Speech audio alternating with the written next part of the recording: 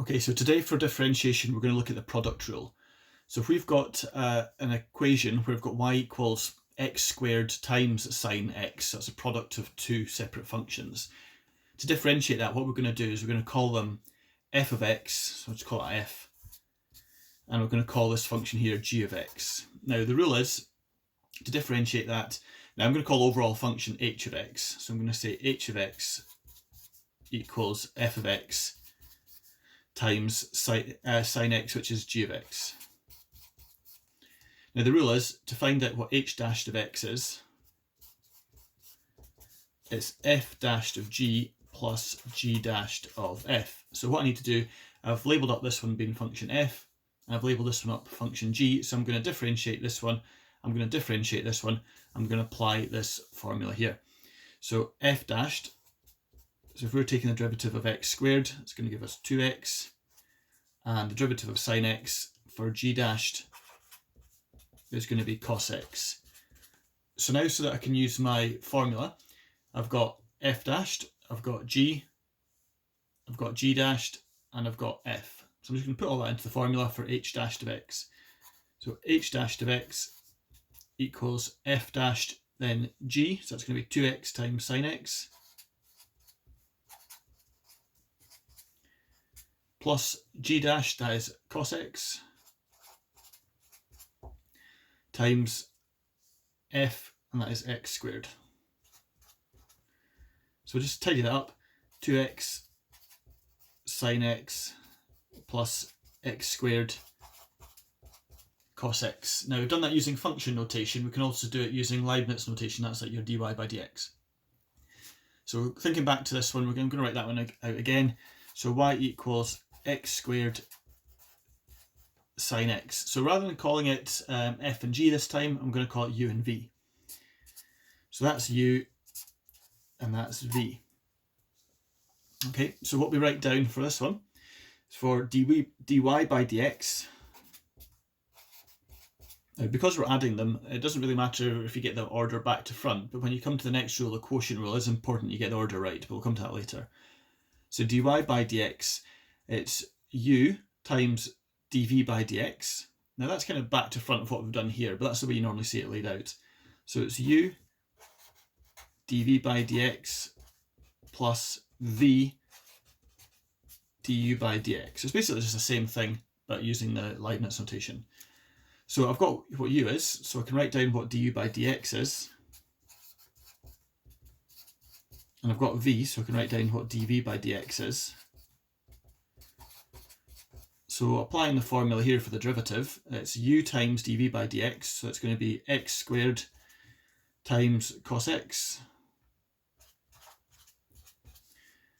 plus v, which is sine x, and then times du by dx, that's times 2x. So just to tidy up to show exactly the same as what we had previously, so it's 2x sine x plus x squared cos x. So that's the product rule. So that's if you've got two functions being multiplied with each other. So x squared times sine x, so two separate functions multiplied. If we have something kind of similar, but instead of multiplying, we are dividing. So it's the quotient rule. So this time, if we have, I'm going to use the same functions again, but rather than having them multiply, I'm going to divide them. So I'm going to say y equals x squared over sine x. And I'm going to show it you in the two different ways again. One using the function notation, one using the Leibniz notation. So I'm going to call the numerator there f and the denominator g. Now, because one's a numerator, one's a denominator, and there's a minus involved, you have to make sure you get the order correct. So I'm going to write down what f dashed is. I'm going to write down what g dashed is. Now the formula here, now if I'm calling that f and g, I can't call the overall thing f of x or g of x. I'm going to have to call it something else. So we'll call it h of x again. So that is, the formula here is f dashed g minus g dashed f over g squared. Now your order is important, because if it's the minus there, if you get them back to front, then you'll get the wrong answer.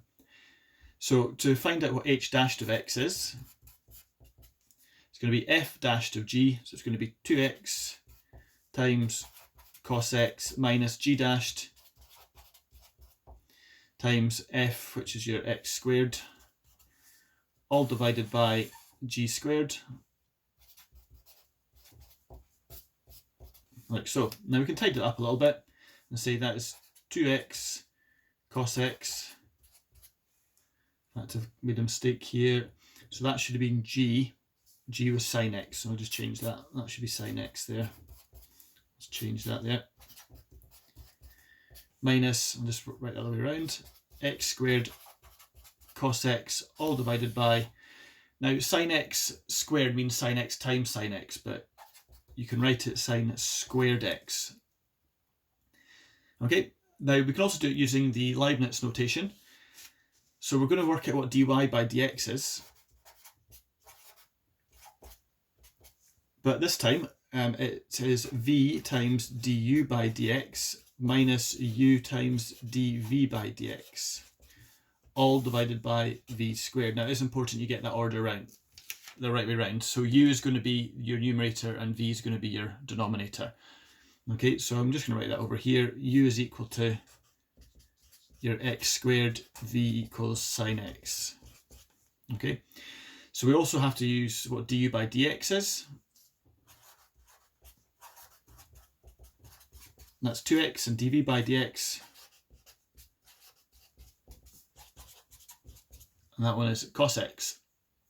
So to work this out, just sub all those things in. So dy by dx is v, that's your sine x, times du by dx, that's 2x, minus u, that's x squared, times dv by dx, that's cos x, all divided by v squared. When we tidy it all up, we just get the same as we had when we were using the function notation, but that's not a surprise there.